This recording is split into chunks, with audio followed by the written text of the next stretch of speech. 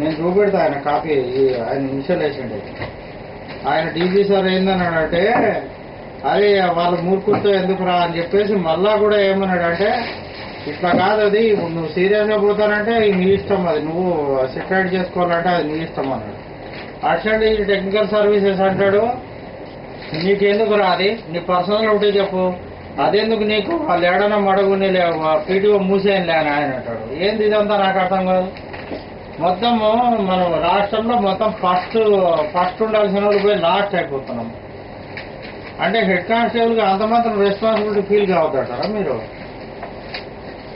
ఇది నా ఇంటి ఎందుకు ఇచ్చినాను మళ్ళీ నేను వెంకటేశ్వర నన్ను టార్చర్ పెట్టాడు, నేను యాక్సిడెంట్ వెంకటేశ్వర ఇది అవసరమా సార్? మళ్ళీ అవసరం కాదా? అట్లా చేసే కదా వాడు నన్ను ఇరికిచ్చింది, మిమ్మల్ని ఇబ్బంది పెట్టే కదా మీరు తీసుకుపోయి నన్ను అడేసింది అడిషనల్ మీ దగ్గర. ఇప్పుడు మళ్ళీ అంటాడు ఎందుకు ఇబ్బంది పెట్టిండు ఏంటి అంటే వీడు చెప్తాడు, సార్ ఆయన పైసలు తీసుకొనేసి అటెండెన్స్ ఇస్తున్నాడు. అంతే, అంటే వాళ్ళ స్టోరీ తినేకి రెడీగా ఉన్నాను, నా బాధ చెప్పుకునేకి లేదా? ఇది అవసరం లేదు సార్. నేను ఇన్నాళ్ళుగా చెప్తాను ఒక మాట, నేను ఎన్ని రోజులు మీరేం రాయమంటే అది రాసిన సార్, నాకు మా ఐసైట్ అని రాయమంటారు, ఇంకోటి రాయమంటారు, నేను బాధపడలేదు. ఈ రోజు మళ్ళీ నేను ఎరుపుకున్నా సార్, నేను అన్ని ఒప్పుకొని అన్ని తప్పుడు రాశాను, నేను రాయను. ఇప్పుడు నేను మొత్తం 7 ఒకవేళ ఆపోజిట్ లో వస్తే ఐజీ గారికి కూడా ఎగ్నెస్ట్ గానే పోతాను. నేను పీటీఓ మాత్రం సెటిలైట్ కావాలి.